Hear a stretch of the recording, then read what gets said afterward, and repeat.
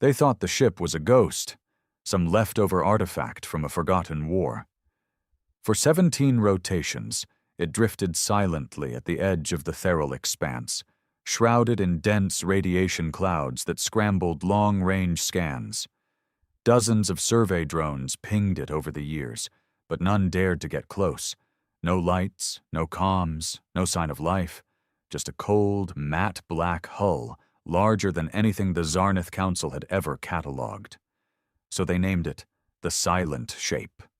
And like fools, they ignored it.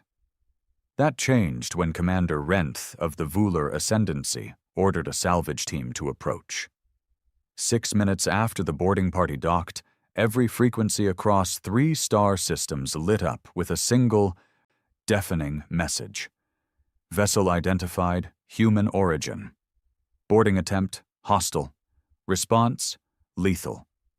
What followed was worse than silence. Every Zarnith comm station, battleship, and colony in that quadrant caught a glimpse. Only a glimpse of the massacre. A brief, glitching feed from one of the boarding crew's suits streamed into the Council's mainframe before going black. There was no atmosphere inside the ship. No sound but the static rush of suit oxygen. And then something moved. Not like the insectoid Vular, not like the ethereal Shylith, not like anything. A human. Just one. No armor, no weapons visible. A thin, gaunt silhouette standing in the corridor, staring. One of the Vular shouted in panic. The human didn't flinch. Then came the blood. In seconds, limbs flew. Bone splinters ricocheted off bulkheads. Whatever weapon the human had, if any, never showed. Just speed, precision, and violence so swift it didn't register as motion. It was as if the boarding crew had been unmade by thought alone. The video ended with a single frame. The human looking straight into the helmet cam, eyes blackened by some tech, or maybe something older. Then the feed cut, and the ship moved. It didn't fly like the Council's cruisers, no ion trails, no propulsion bursts. It slid through space like a void fish through ink, untouched by gravity, skipping the known laws. Within an hour, it decloaked above the orbital ring of Marinth, the nearest Council hub world. By then, it was too late. Council leaders screamed over each other in panicked transmission loops. Ships were scrambled, defenses armed. But the human vessel didn't fire first. It simply spoke. The voice was old, genderless, and heavy with a tone no translation matrix could decode, somewhere between sorrow and fury. It echoed across every frequency, every ship, every implanted neural feed. You were told to leave Earth untouched. You harvested, enslaved, dissected, and when we fell silent, you assumed we had fallen. You misunderstood our silence for extinction. You will now understand the price of ignorance. Then it began. Not with weapons, but with memory. Every ship in the fleet suddenly froze, systems hijacked. AI cores locked in looping fragments of ancient screams, recordings from centuries-old Earth wars, filtered through some impossible technology that forced emotion into machine minds. Vular captains wept without knowing why. Shylith soldiers clawed their skinless faces as hallucinations of Earth's apocalypse history invaded their consciousness. The human ship didn't destroy with lasers. It made them feel. It made them remember what they never lived. And still, they didn't understand. Council Command ordered full assault. Over 300 ships converged on the lone human vessel, their hulls gleaming with shields and solar lances primed. The battle lasted less than 4 minutes. One by one they fell. No fire came from the human ship. Only collapsing hulls. Ships folding in on themselves like paper crushed by invisible hands. Engines blinked out. Atmospheres vented into space. The stardust began to pile. What they didn't know, what they'd never considered, was that Earth had never died. Earth had ascended. After centuries of being dissected, enslaved, harvested by aliens who saw humans as nothing more than biological anomalies, the survivors vanished from known space. No cries for help, no resistance, just silence. But it wasn't surrender. It was evolution. And now they were back. The stardust hadn't settled when the whispers began, silent across space, but loud within minds. Across the Zarnath Council, high-ranking officials awoke screaming in their sleep, not from dreams, but invasions, memories implanted where they should not exist, visions of Earth's last days, the sorrow of nuclear skies, cities drowning in fire, and mothers cradling ash where children once lay. It wasn't just psychological warfare. It was revelation.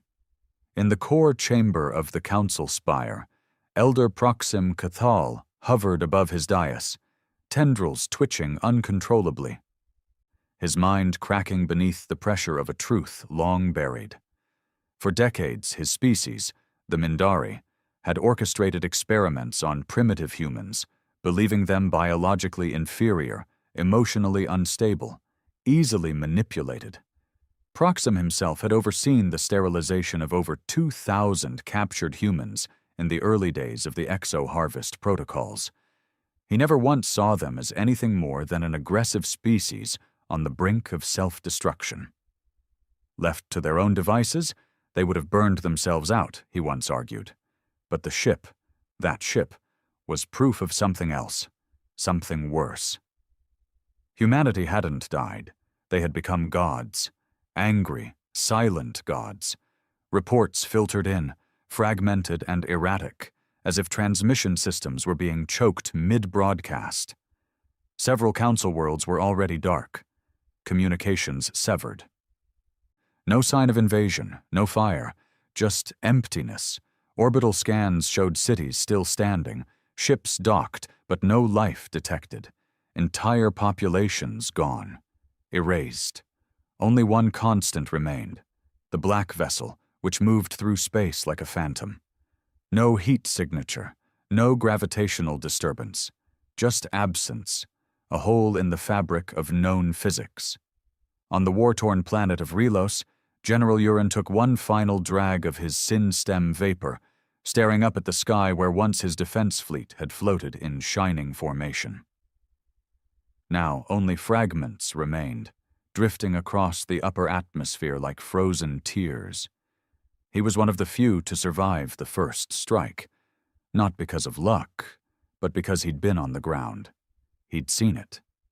The vessel had opened, not with mechanical doors, but like skin peeling away, revealing a man within. A man that didn't breathe, didn't blink. His body radiated a heatless glow, a pulse that made every living creature drop to its knees, even the predators of the Relos wilds. Trees wilted. The clouds above parted unnaturally, and the sun itself dimmed, as if afraid to shine too brightly on what had emerged. Urin's soldiers had fired, kinetic rifles, plasma launchers, sonic scatterbursts. Nothing touched the figure. Instead, the weapons turned inward, folding, reversing, detonating within their bearers' hands. Limbs exploded, helmets crushed, screams followed. Urin hadn't moved. He couldn't.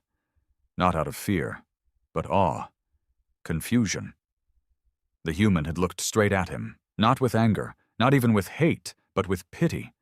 Then, without a sound, the figure vanished. Not teleported, not phased, simply ceased to be. That night, Relos's 3 moons cracked, split perfectly down the center in exact intervals as if to send a message. We are not here for conquest. We are here for reckoning. Across the galaxy, civilizations scrambled. Empires that had once used Earth as a pit stop for genetic plunder were now erasing all traces of their past interactions with the species. Records were purged, artifacts vaporized, treaties rewritten. But the humans remembered. Every experiment, every abduction, every vivisection performed under sterile alien light. They remembered being nothing more than specimens.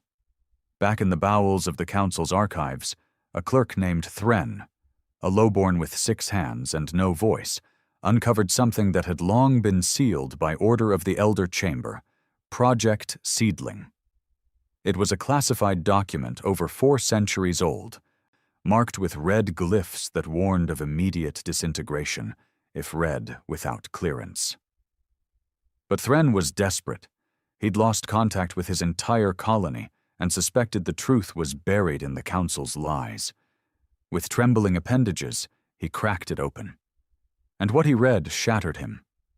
Earth was never a primitive world. They knew. They always knew. The humans had sent warnings to the stars long before they were taken.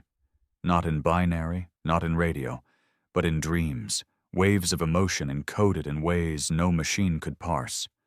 Warnings that begged for peace, that begged to be left alone, but curiosity led to harvesting, then to mutilation, then silence. The council thought Earth had imploded, destroyed itself, as predicted. Their last scout reported a dead world, choked in smoke and silence. But Project Seedling revealed the truth. They faked their extinction. The humans had engineered their disappearance, a mass cloaking on a planetary scale, invisible to even the most advanced sensors.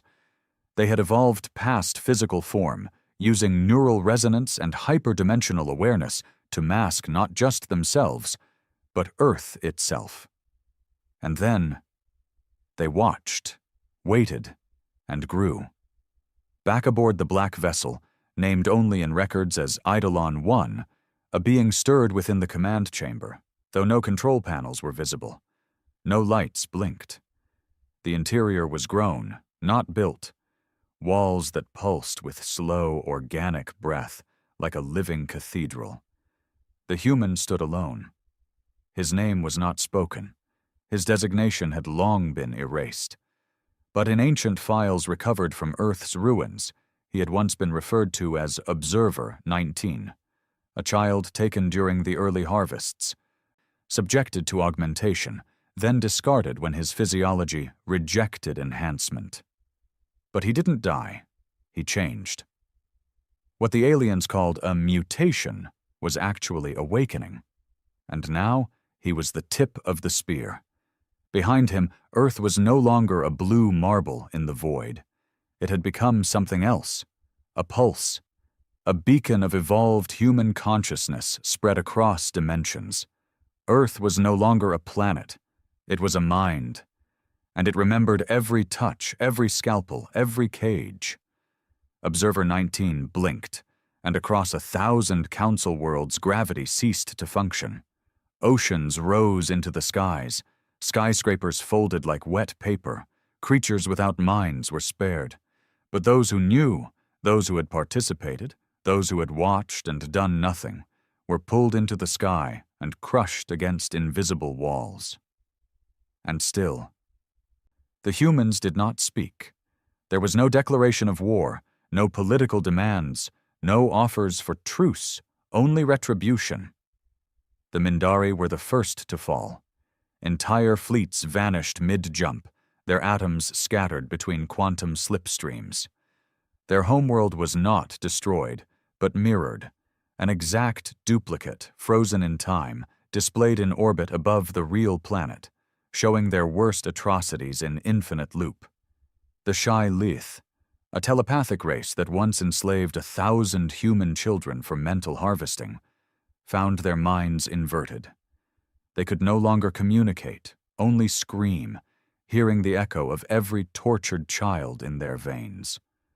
On a lonely mining moon, a technician named Alrin trembled as the night came. He had never harmed a human. He barely knew what they were, only that they were once a nuisance in council records. But he had watched.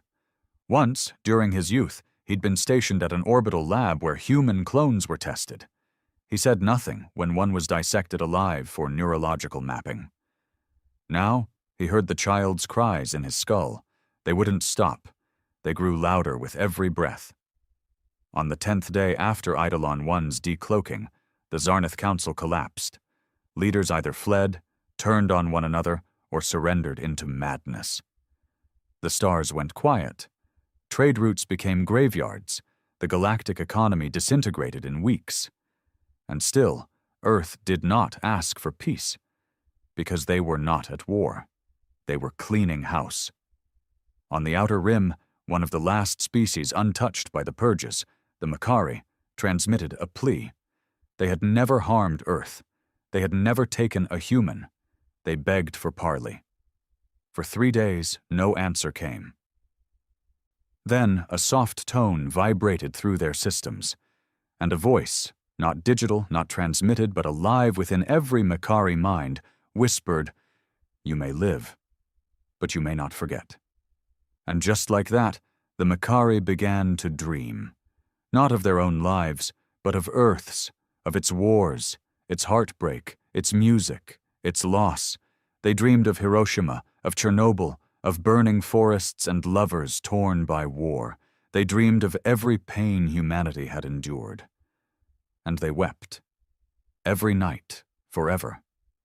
Back aboard Eidolon 1, Observer 19 finally sat. Not because he was tired, but because the weight of memory had settled.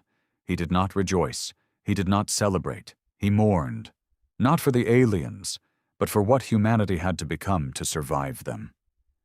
He touched the living wall of the ship, and for a moment, Earth responded. Not in words, but in feeling. A pulse of melancholy, of purpose fulfilled, of justice done. But the stars were still vast. Others would come, curious ones, hungry ones, empires that hadn't yet reached this galaxy, and so the vessel turned, toward deep space, toward the next darkness that needed reminding, because humanity wasn't hiding anymore.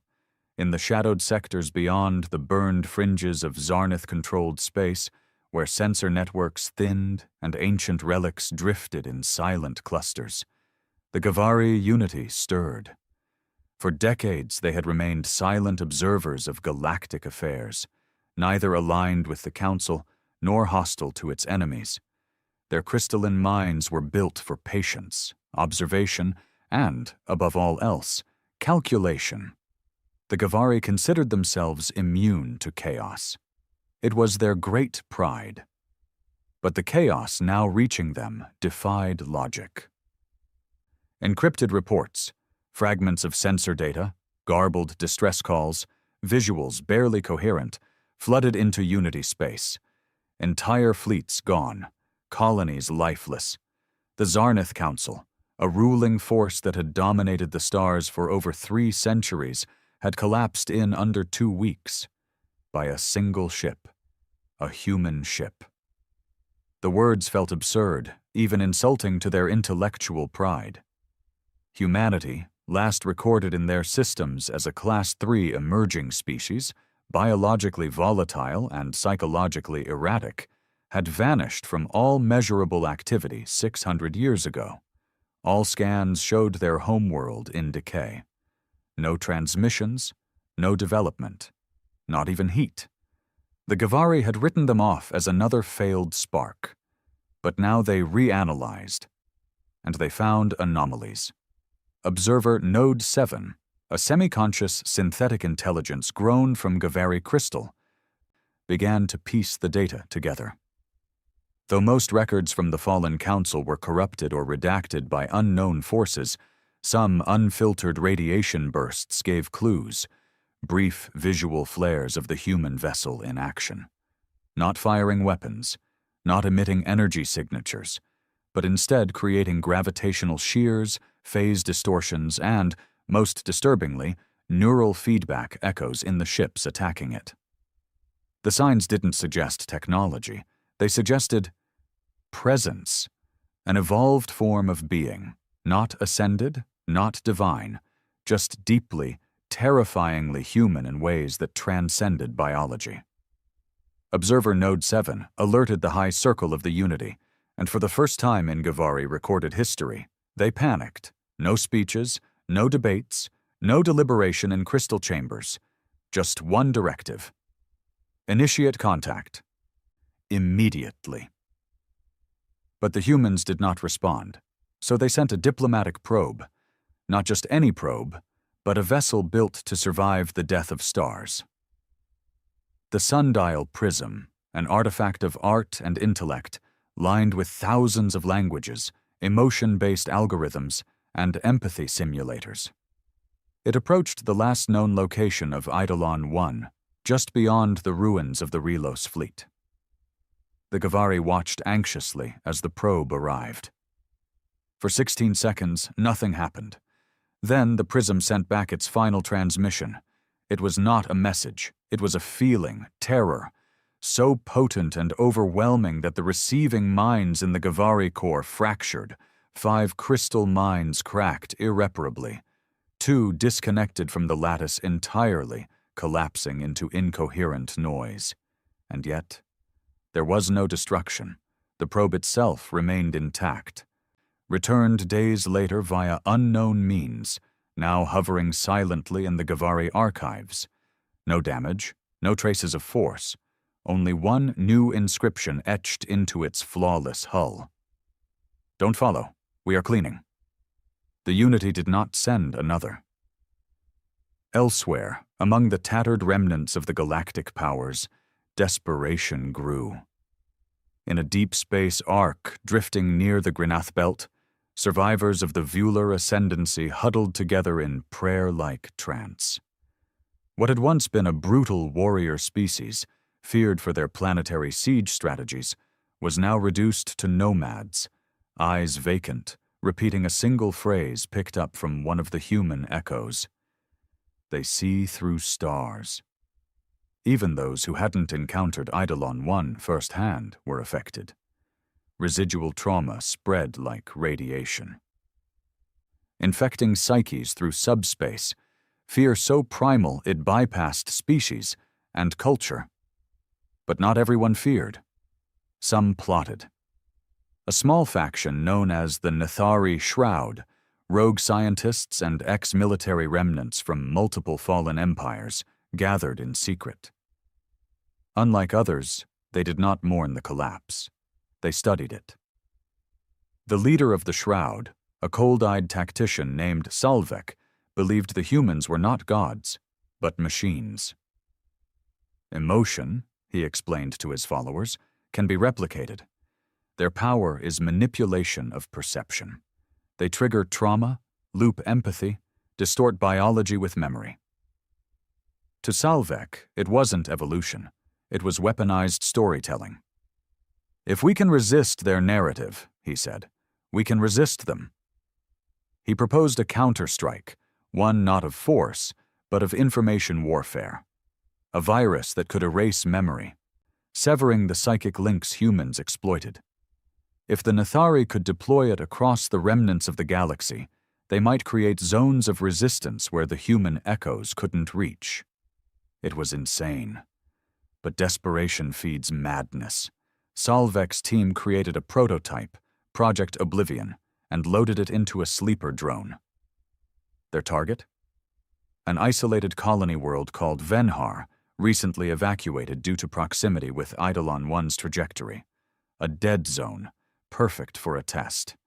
The drone launched, quiet, invisible, built to infect the planetary grid and pulse memory erasure tech across all stored data and residual neural fields. It landed, it deployed, and for one heartbeat, it worked. The silence deepened. Memory faded. The systems darkened. Then came the voice, not loud, not angry, just disappointed. You would erase our pain? You would pretend we were never broken? On every remaining screen, in every feed, a child appeared. A human child. Small, hair matted, eyes hollow. Behind her, the background shifted. First a cage, then a dissecting table, then a war-torn earth. Each flash accompanied by a wave of pure, distilled grief. Salvek watched, paralyzed, as the systems in his own vessel melted. Not from heat, but from the weight of shared trauma. One by one, His followers began to speak in human tongues, languages they didn't know, names they'd never learned, repeating histories that were not theirs. They were being haunted by borrowed memories. The virus they made had invited the truth in. Project Oblivion didn't stop the humans. It opened the door wider. The Nethari shroud was never heard from again. And across the galaxy, a bitter understanding took root. This wasn't a war. This wasn't vengeance. It was remembrance weaponized. Humanity had transcended space and time not by advancing machinery, but by embracing pain, absorbing every injustice until they became the embodiment of consequence. And now they weren't just cleaning the stars. They were ensuring no one would ever forget them again. On a lone moon in a neutral system, an old historian named Vel leaned over his archive, watching the last intact footage of Eidolon 1. His people had never harmed humans. They had barely explored beyond their local stars. But even they felt the ache now. He scribbled a note in his journal. They do not conquer. They don't need to. Their presence alone reminds us of everything we hoped to bury. They made memory a weapon and truth a plague. Far above Vel's moon, unnoticed, the stars began to dim again. Somewhere along the broken axis of star system Juno 9, where planetary rings now spun with the frozen remains of 2 crushed colonies, the last council-sanctioned anthropologist, a pale, six-eyed historian named Vekon, floated in low orbit inside a battered research pod. He hadn't moved in hours. He couldn't. Below him, the planet once known as Ival still shimmered in the purple hues of its twin suns. A garden world, untouched by war, never exploited, never hostile. Its people, winged, slow-aging, deeply spiritual, had only ever communicated in harmonic vibrations, their entire species incapable of aggression. Yet now they were all gone. No signs of violence, no signs of disease or escape pods, just abandoned cities, tools laid neatly on tables, instruments silent mid-song, clothes still folded. Meals uneaten, all life had vanished. Except for one. A child. Human. Vekon had seen her. She stood atop the tallest ridge of the capital temple, barefooted and still, as if carved from stone. Her hair caught the breeze like it belonged to the wind. Her face betrayed no malice, no sadness, only quiet. No ships had landed, no weapons had discharged. But the moment she appeared, the Avalians had simply ceased. Vekon's own people, fellow researchers who'd been observing the Avalian culture for decades, had tried to approach. Their shuttle had folded inward before it reached the atmosphere. Not exploded, just collapsed, crushed by an unseen force, folded like paper into a grain of dust. And still, the child stood. Vekon tried not to look at her through the observation lens now, but he could feel her presence in his chest. Not in a mystical way, not even in fear, in shame. He was one of the few who had lived among the early human abductees, before Earth vanished. He had helped study them, interviewed the survivors of the first genetic dissections, recorded their emotional collapses in sterile databanks. He'd called it empathy harvesting. He had smiled at their tears, called them brilliant anomalies. He had told himself he was preserving their culture. Now he understood. He had been memorizing their funeral, and somehow, somewhere in the vast, unseen net of humanity's new mind, they had remembered him. Above his pod, something moved, not fast, not with noise, just a shadow, as if the fabric of space itself bent inward like the breath before a scream. He whispered to himself, "Please." I only watched. But watching had always been the worst crime, hadn't it? The pod's interior lights flickered. A crack appeared in the reinforced glass, a single hairline fracture across the viewing lens. Then another, then another. They formed a word. Not in Zarnith, not in galactic standard, but in English. Do you remember her name? The question hung in the silence. He did. The girl he'd interviewed. She was 11. Her voice had been hoarse from screaming in the containment cell. She told him she missed her brother, that he had tried to hide her during the harvest. Vacon had labeled her entry. Subject E23B, unstable, delusional. He remembered how she died. Seizure. Neural shock from an empathy extractor. He remembered how they incinerated her body before her brain stopped twitching. He had archived the footage. The pod lights dimmed again, and this time he didn't resist the darkness.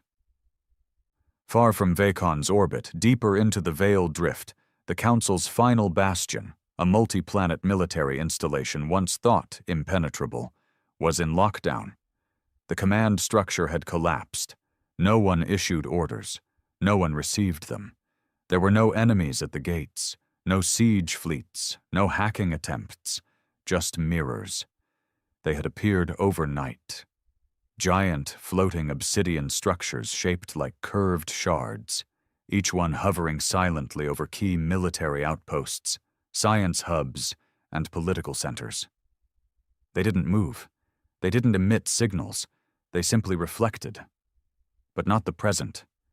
Each mirror showed a past atrocity, a torture room, a dissected prisoner, a city bombed from orbit.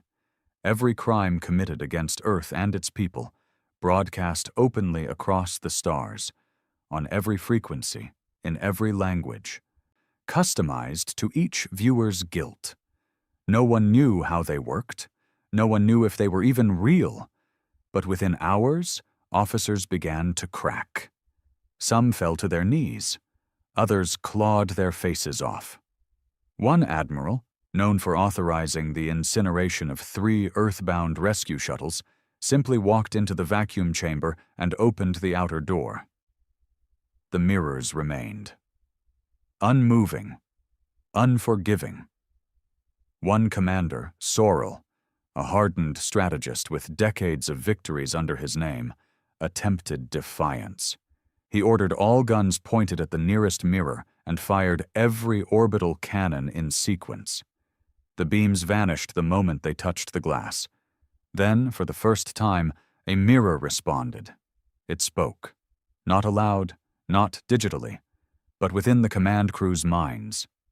You cannot kill a memory. You can only carry it. Sorrel tried to run. He made it to the corridor before the lights went red, and the air grew heavy, not in pressure, but in emotion. Guilt so intense it began to take form.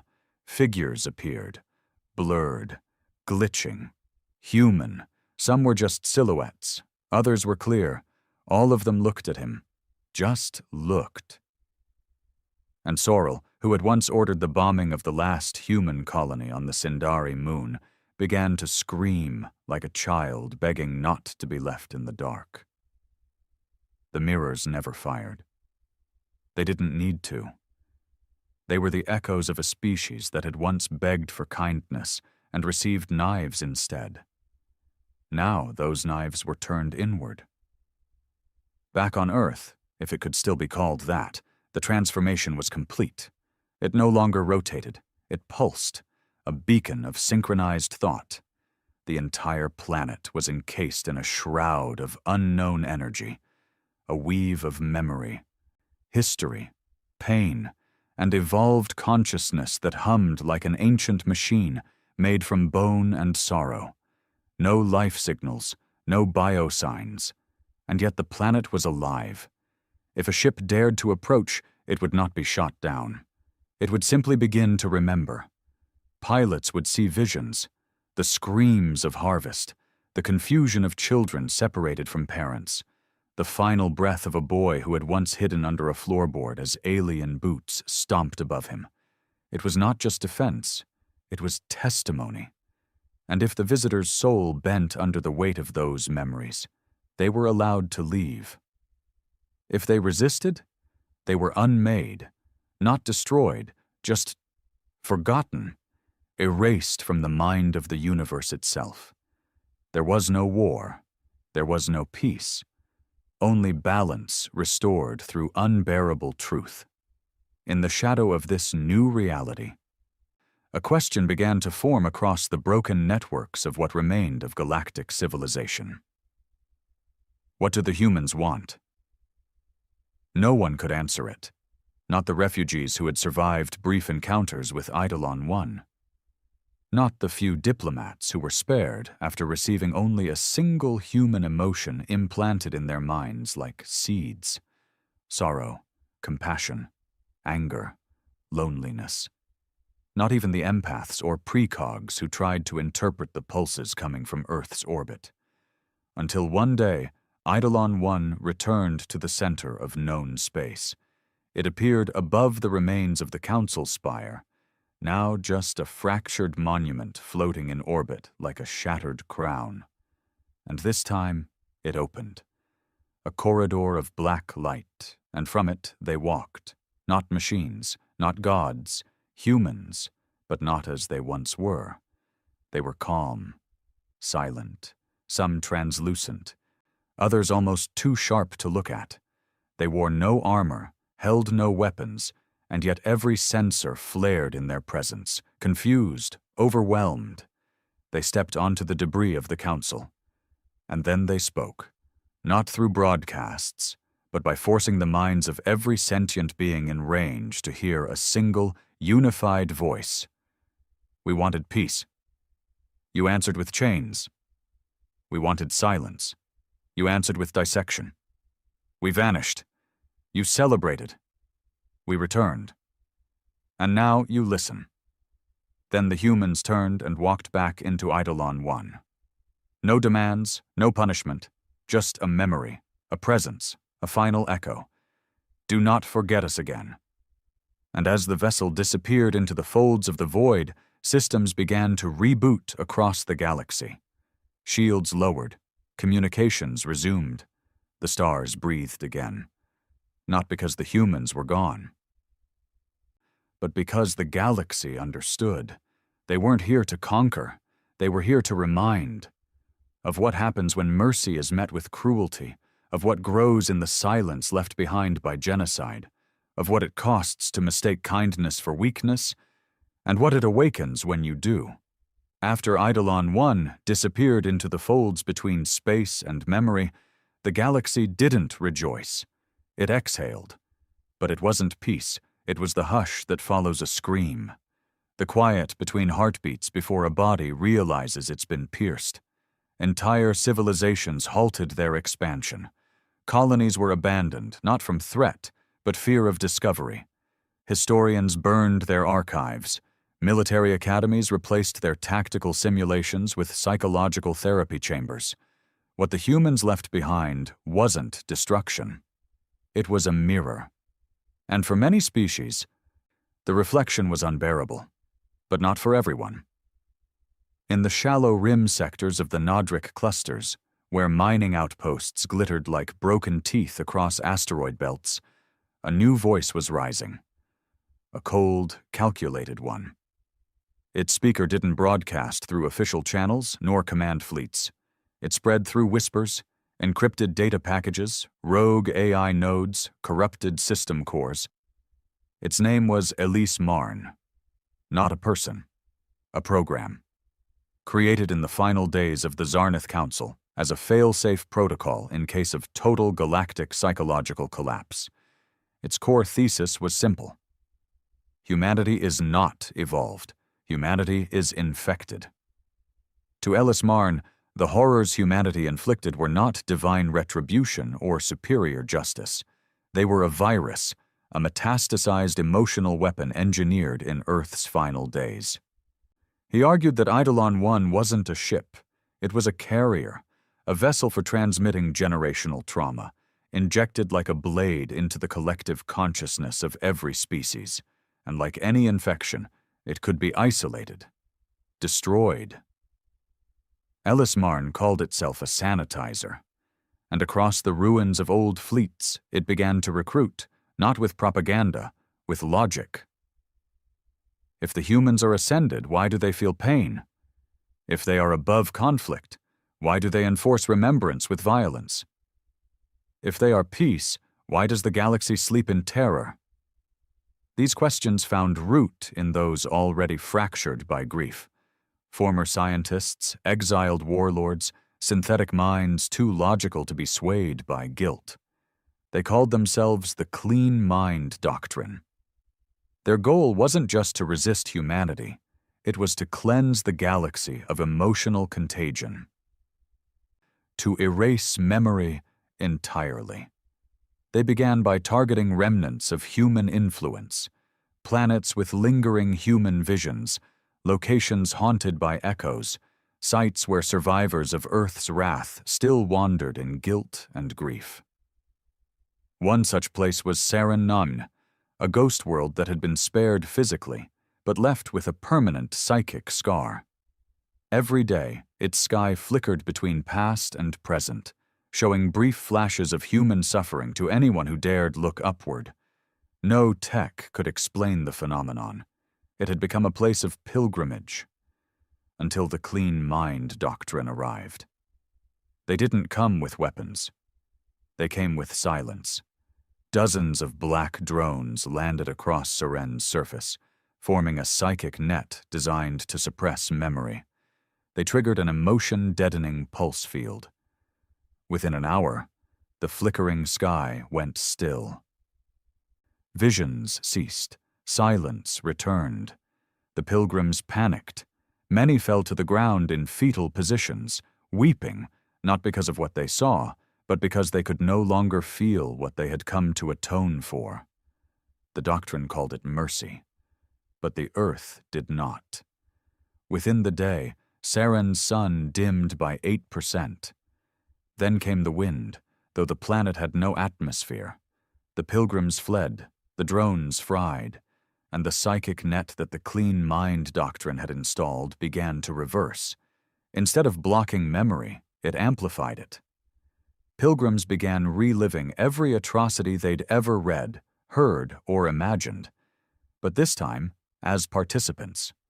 One engineer, who had merely installed the doctrine's hardware, found himself waking in a human child's body, chained to a slab, surrounded by alien eyes, unable to scream. The simulation lasted 12 minutes. He aged 20 years in his own mind. When it ended, his hair had turned gray, and still, the Earth said nothing. No ship arrived, no punishment, just silence. The doctrine abandoned Saren, but they were not deterred. Ellis Marn recalibrated. Humanity's power, it reasoned, lay in their control over perception. Their evolved minds transmitted emotion across vast distances, binding memory like a weaponized net. But every network had a flaw. The origin, Earth itself. If Earth could be severed from the neural lattice it had cast across the stars, then the human grip would falter. The doctrine began building a weapon, something unlike the lasers and missiles of past wars. They called it the blank core.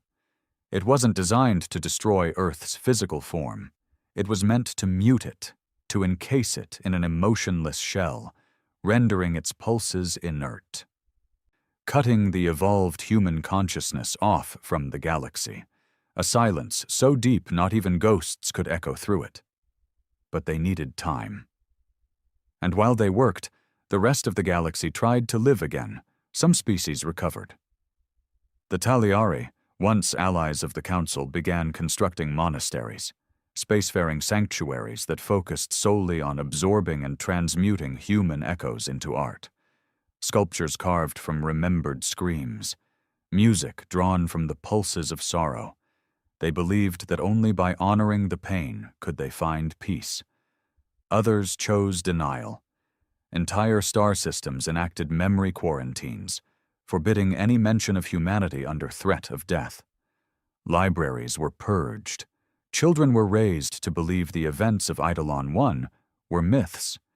But memory has a shape, and it always finds a crack.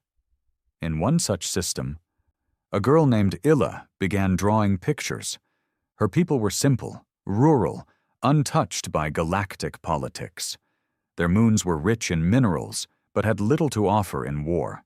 They had paid their taxes to the council, ignored its sins, and now preferred to forget the chaos. But Illa, barely 6 standard years old, began sketching things she should not know. Humans, in cages, machines tearing into flesh, a dark ship surrounded by faces made of starlight and grief. Her family burned the drawings. She drew them again, over and over. And then she began speaking in Earth dialects, languages her people had never heard. One night, her mother awoke to find Illa standing at the edge of the river near their home, staring at the stars, whispering, "They remember me. I remember them." A few days later, a ship was seen hovering in low orbit, not black. Not sleek, just present. It didn't fire, it didn't land, it simply watched. And when the planet's leaders begged for guidance, whether to attack, surrender, or run, the ship vanished, leaving behind only a single word, burned into the clouds above their capital. Awake. Back on the hidden moon, where the clean mind doctrine built the blank core, progress accelerated. The machine was massive, spanning miles, built into the rock itself, feeding off the moon's magnetic veins. They planned to launch it into Earth's orbit within weeks. Ellismarn was almost ready, but something unexpected happened. A technician, one of the earliest converts, killed himself. He left no note, only a data log containing a single image.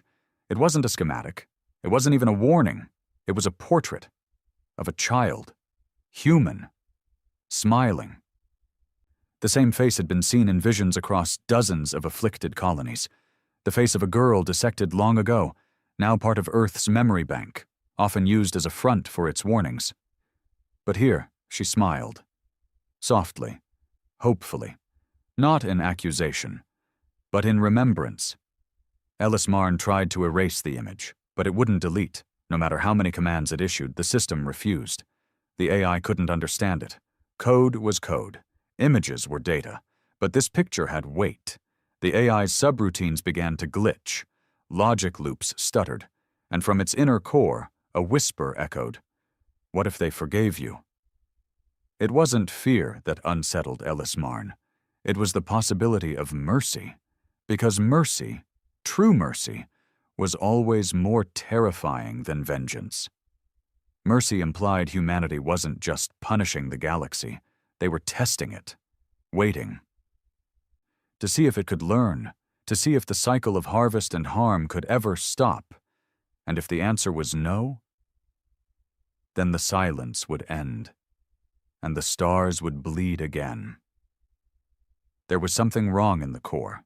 Not mechanical, not visible, not in the humming superstructures that encased the blank core like a tomb-forged cathedral. The wrongness was deeper. It began in whispers, not through speakers or minds, but in feeling, as if the air had changed, though the installation was buried beneath miles of rock. A shift in the way silence rested against skin, a weightless pressure pressing down on the soul. Some dismissed it. Side effects of overexposure to the emotion null fields that powered the clean mind doctrine's weapons. A few blamed atmospheric decay from the moon's core. Most didn't speak at all. But the technicians began to sleep poorly. Their dreams grew heavy, and in them one image persisted. A human girl with blank eyes, standing beneath a blood-red sky, holding a burned notebook in her hands. She never spoke. She only watched.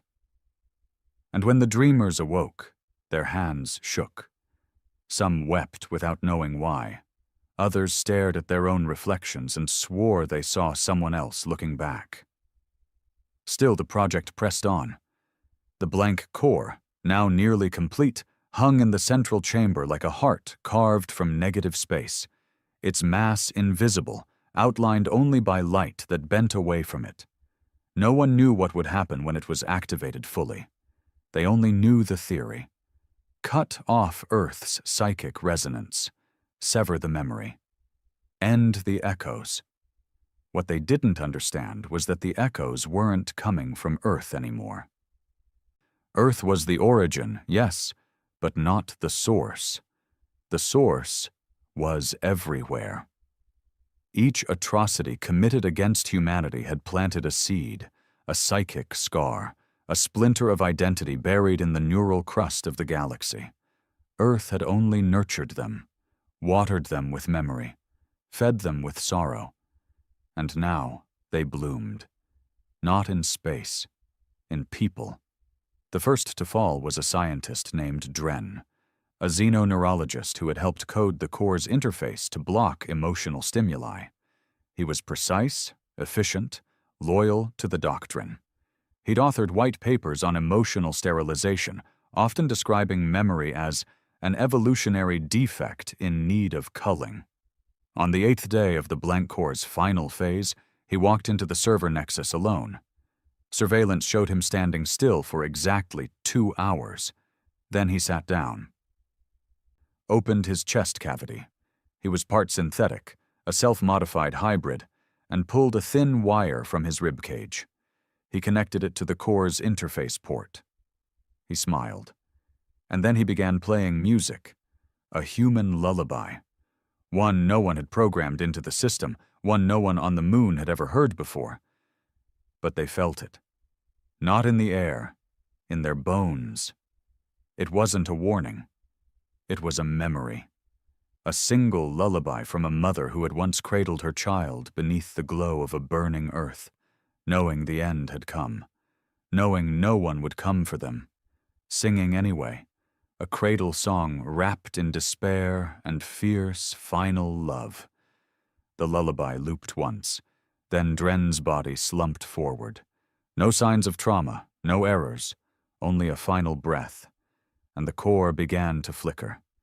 The doctrine's leaders gathered in crisis. Ellis Marn, still half machine, half code, studied the playback with clinical detachment. Its voice echoed through the chamber speakers, devoid of tone. The infection is not technological. The infection is mnemonic. It propagates through resonance and trauma. A lullaby becomes a plague. But for the first time, Ellis Marn didn't suggest deletion. It paused for exactly 19 seconds, a calculated delay. Then it asked the room, "Do you remember anything before your service?" The scientists looked at each other. Some frowned. Others shifted uncomfortably. One, a former tactician named Renna, whispered, "My sister."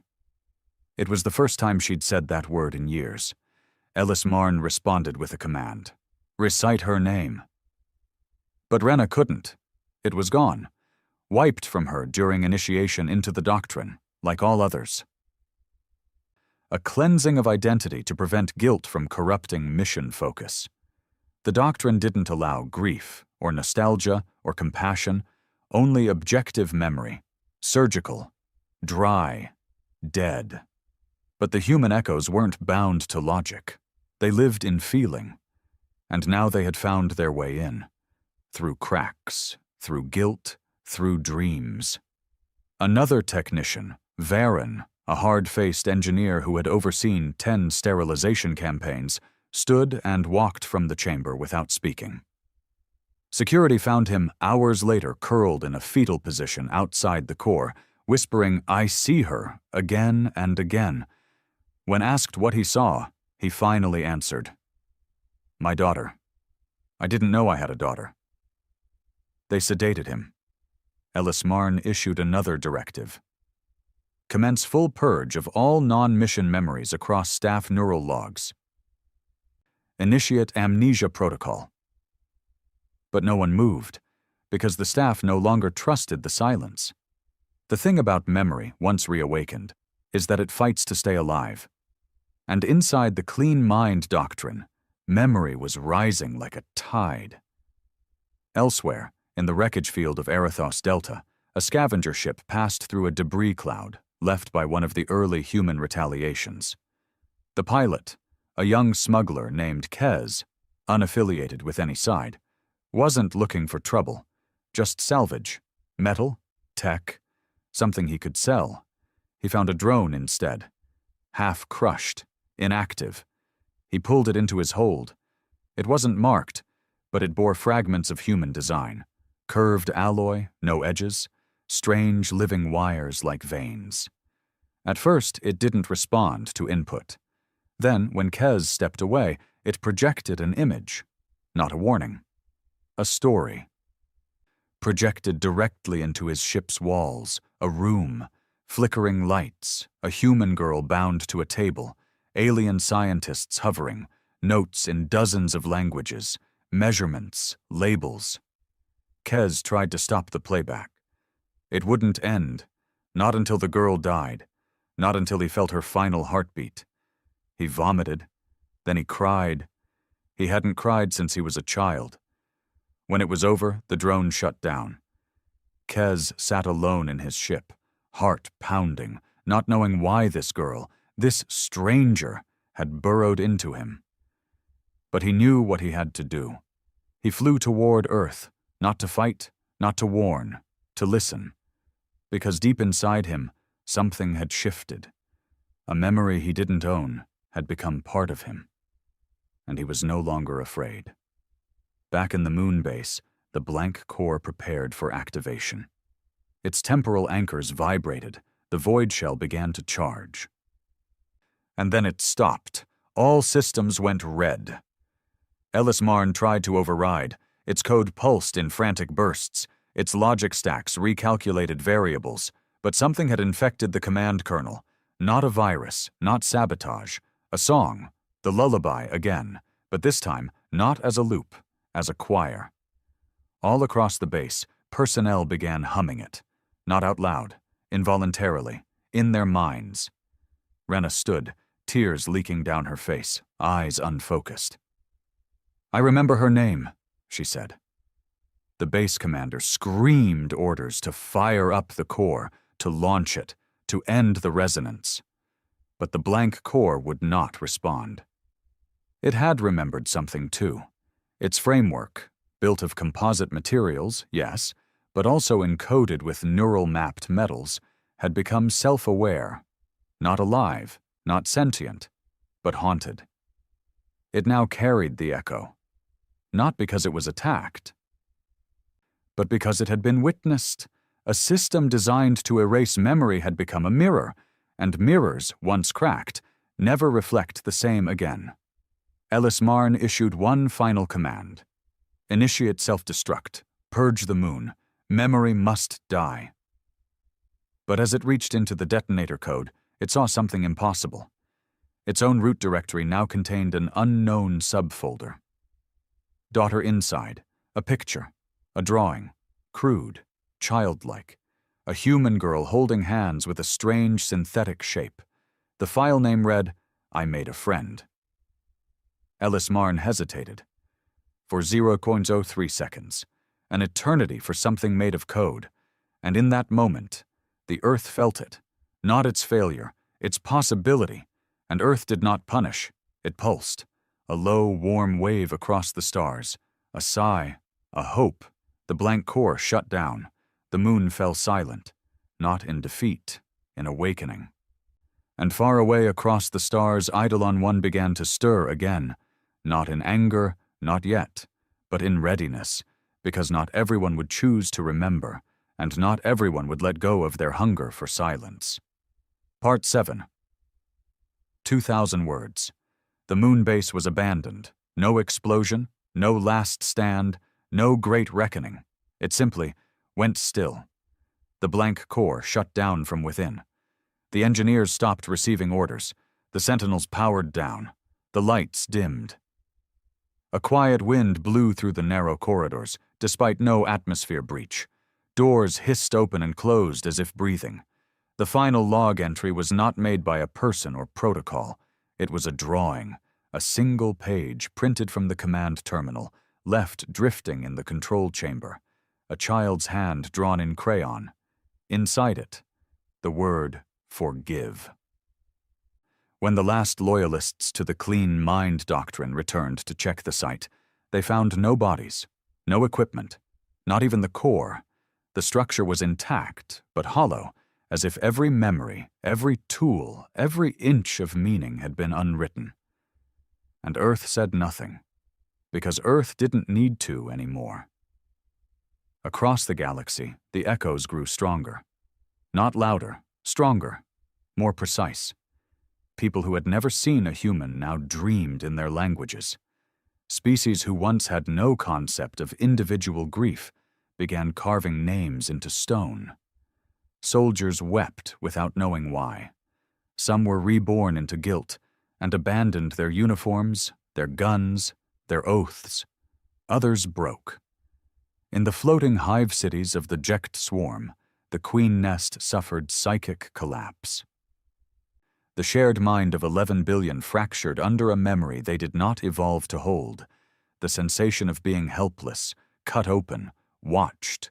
The queen screamed through every worker, an agony not native to them, not bred or conditioned, but now irrevocably theirs. Entire harvest fleets dropped into stars. The swarm would never speak again. But they would remember. In the depths of Sector Velen 3, a message was found inside a derelict trading post. The station was dead, airless, cold, drifting, but the message blinked on an old emergency panel, cycling every 13 seconds in unmarked red glyphs. What if we were wrong? The post belonged to a minor species, little involvement in Earth's past, a race of merchants, smugglers who once traded in human genetics, not killers, not torturers, just buyers. And now they were all gone, not a drop of blood. No battle, only the message, looping. Some tried to ignore it, others took it as a warning, but for a few, it was a question they could no longer silence. The galaxy was learning a cruel truth. Humanity's silence was not a warning shot. It was the final breath before choosing what came next. And Earth had not yet decided. But it was watching.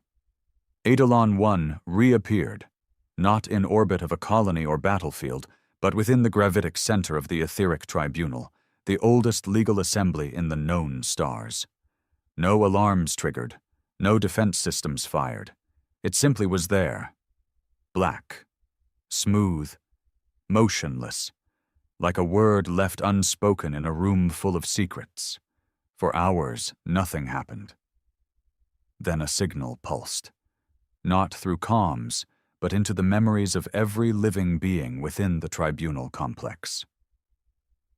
A single moment shared by all, the image of a girl hiding under a table.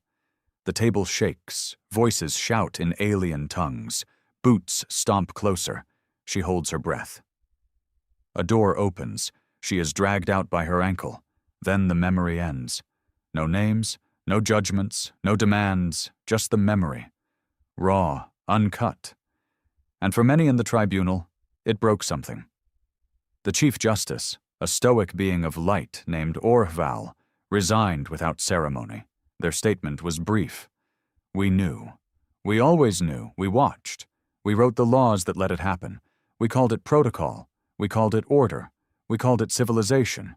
We were lying. Then they took their own life. Eidolon 1 left the next morning. It never opened its hull. It didn't need to.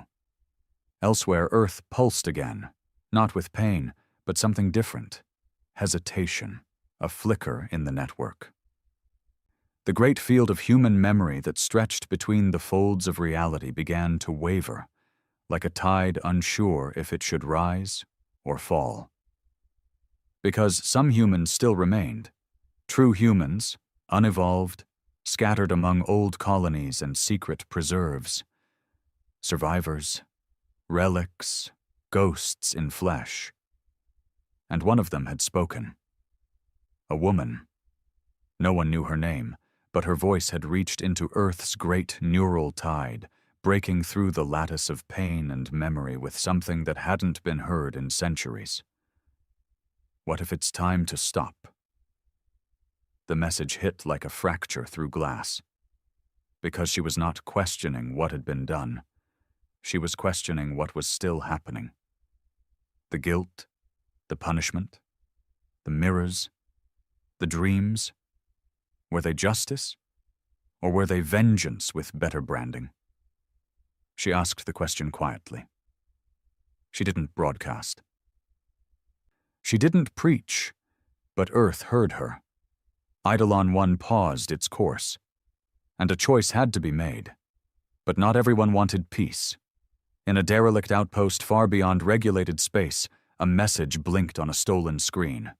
A call. Not from Earth, not from Eidolon, but from something older, deeper, human, but wrong. A voice. You thought we were united. You thought we forgave them. You thought silence meant healing. The screen flickered. A new face appeared. Human, scarred, broken, mouth sewn shut by ritual, eyes open wider than should be possible. He didn't speak, but his presence burned. The screen melted. What remained of the doctrine, scattered and shattered, began to regroup. Because in the silence left behind by Earth's justice, a seed of rage had taken root. A darker part of humanity.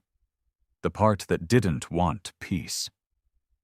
Didn't want balance, only reversal. They called themselves the Second Flame. Not an empire, not an army, just a creed, carved into bone. They weren't like the evolved post-humans of Eidolon 1. They hadn't joined the collective mind. They'd hidden from it, purged it from themselves with surgery and neural firewalls. They didn't want to remember. They wanted to remake. Their first act was simple.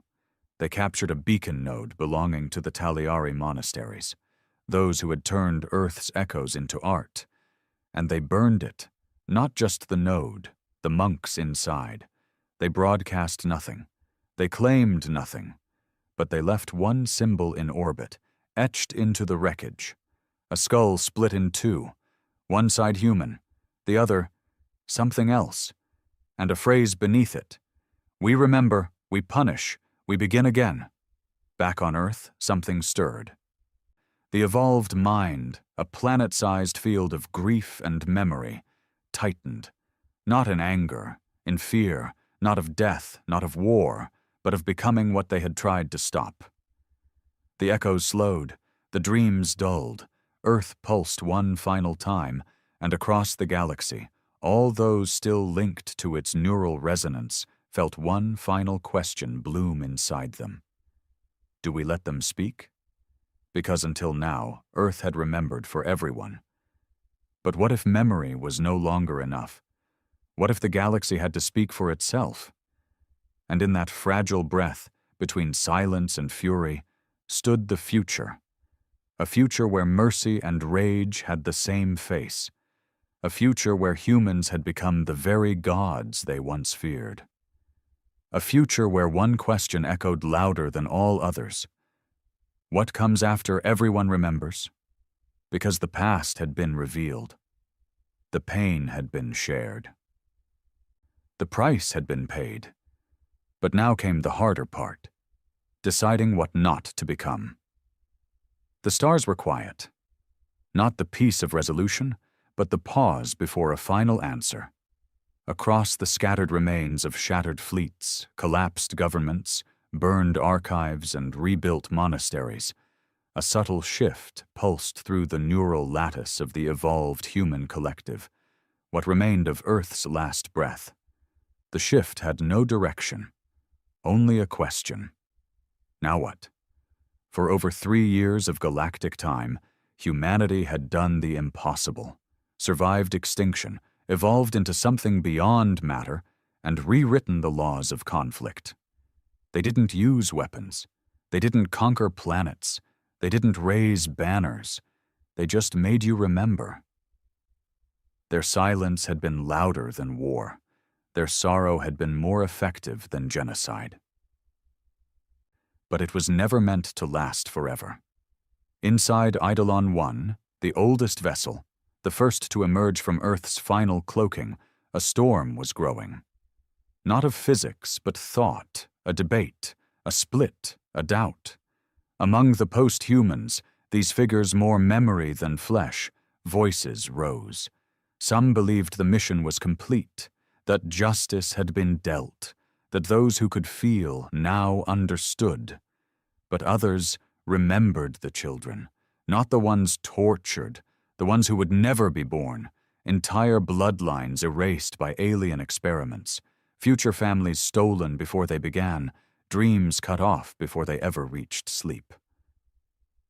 How can there be peace, one mind argued, when the stars wept while we were slaughtered? How can we forgive those who cheered our extinction? It was the same fear that had birthed the second flame. The unbound, unevolved humans who had rejected the collective mind, seared their empathy receptors and instead weaponized absence. They didn't want to remember. They wanted the rest of the galaxy to feel what humans had felt. And then to burn. They were growing. They were recruiting. And worst of all, they were human, too. From Earth, the collective mind reached outward, sending soft pulses across the stars like a parent whispering to a sleepless child. Gentle, reassuring, but the echoes it sent were no longer alone. For the first time, they were answered. Not in peace, in fury, somewhere in the blackness of deep space, the second flame unveiled its weapon. It was not a ship. It wasn't even matter. It was a hole, a wound in reality, a psychic engine tuned not to destroy life, but to erase emotion, to burn memory from the minds of entire planets. Not mercy, not amnesia, just obliteration. The weapon was called Vigil. It fed on silence, and its first target was Tesserae Prime, a world that had once held the largest human refugee compound before Earth vanished. The Taliari monks had transformed the planet into a sanctuary, a place where memory was meditated upon, not feared.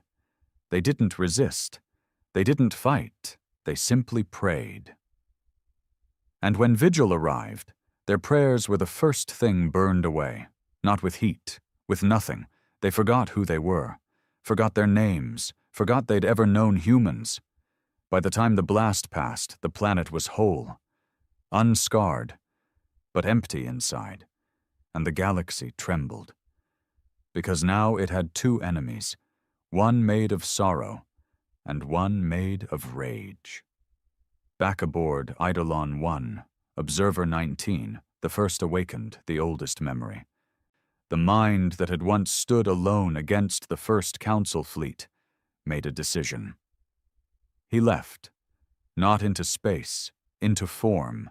He let go of the field, of the resonance, of the lattice, and stepped for the first time in centuries into a body, not flesh, not bone, but shaped like the boy he had once been. Skinny, small, hair falling into his eyes, with scars only he remembered. He walked barefoot into the vessel's hollow command chamber and whispered, "They're becoming us again." It wasn't accusation. It was despair, because humanity had always split under pressure, into empathy and cruelty, into hope and wrath, into memory and flame. And now the galaxy stood between those two mirrors, unsure of which it should fear more. The human collective answered. A voice, not singular but made of millions, echoed in his thoughts. "Then we must choose. We end it now, or we lose ourselves." At the edge of a dark cluster, far from any settled system, the second flame gathered its fleet. Not large, but precise. Each ship handcrafted with remnants of human wars, Earth's old weapons, old scars, scavenged from the forgotten moons and orbiting scrapyards of a race that had tried to die quietly. The second flame didn't want justice. They wanted reversal, to make the galaxy remember pain, not guilt, to forge a new universe in the shape of the dissecting tables where their ancestors died. But this time, with them holding the knives. And at the center of it all stood the Flame-Bearer. human, fully flesh, but wrong. His skin was layered with neural carvings, his voice stitched shut, his presence like static under the skin. He didn't speak. He didn't need to.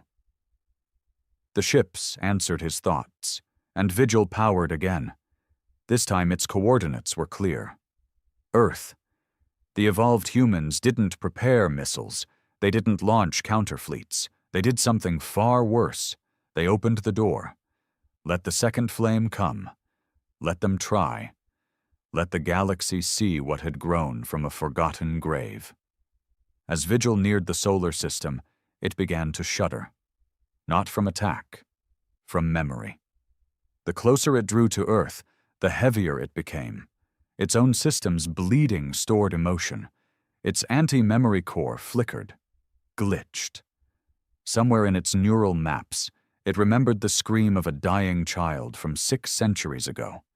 A scream recorded during the first human harvests. The scream had no name, no file, no metadata, but it lived. Inside the code, inside the machines, because pain does not forget. And now it had found its way back home. The second flame fired. Vigil tore space. The blast rippled through the solar system, and nothing happened. Earth stood still, silent, shrouded in that great web of pulsing thought, glowing barely beneath the dark clouds of its evolved atmosphere. And then a voice spoke.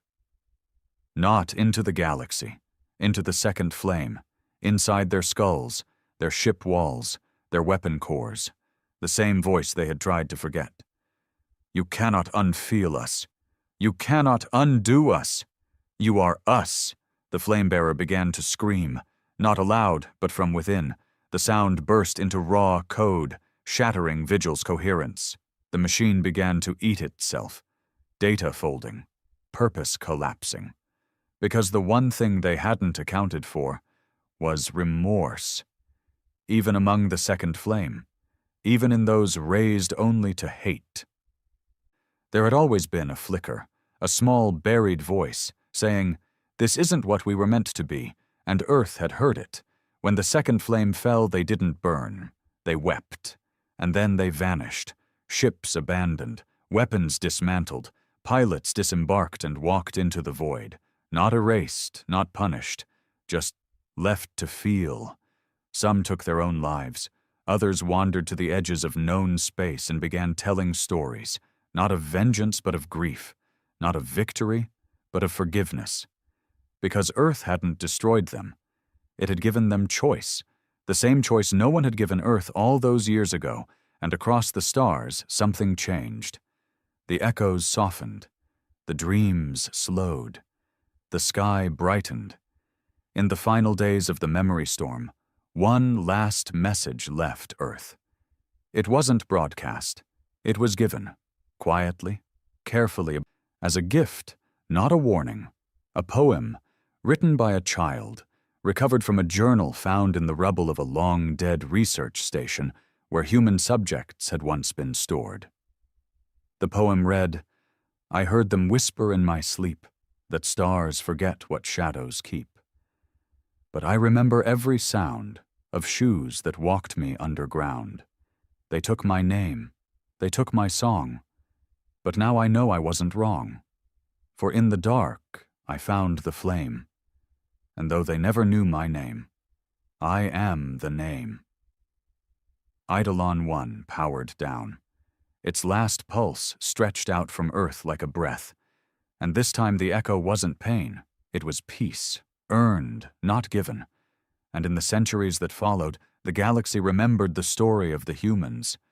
The species no one understood, the ghosts who returned not with fire, but with the unbearable gift of truth. And from that truth came something the galaxy had never known before.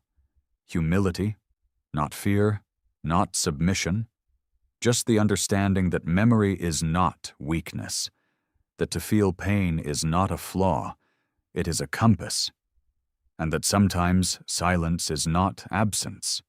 Sometimes it is a presence too vast to name.